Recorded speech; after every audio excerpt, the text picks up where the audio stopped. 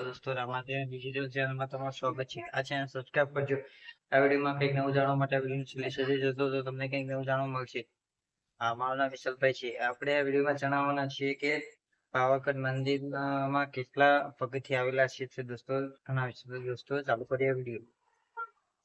પાવાગઢ ને મહાકાળી માતાના મંદિર સુધી પહોંચવા માટે પરંપરાગત માર્ગે અંદાજે 1800 જેટલા પગથિયાં ચડવા પડે છે.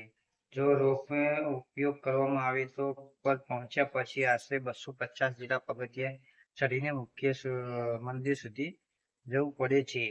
પાવાગઢના મહાકાળી માતાનું મંદિર ગુજરાતના પંચમહાલ જિલ્લામાં આવેલું છે. અત્યંત પવિત્ર શક્તિપીઠ મંદિર સુધીના લગભગ 1800 પગથિયાં ભક્તો માટે માત્ર ચઢાણ નથી, પરંતુ શ્રદ્ધા અને ભક્તિની આધ્યાત્મિકતા યાત્રા છે. દરેક પગથિયે ભક્તો જય મહાકાળીના જય ઘોષ સાથે માતાજીનું સ્મરણ કરતા આગળ વધે છે.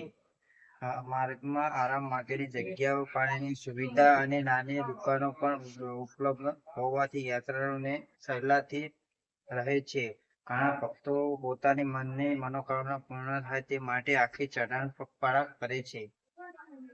વૃદ્ધો અને નાના બાળકો માટે રોપવેની સુવિધા ઉપલબ્ધ છે, જેથી યાત્રાળુ વધુ સરળ બને છે.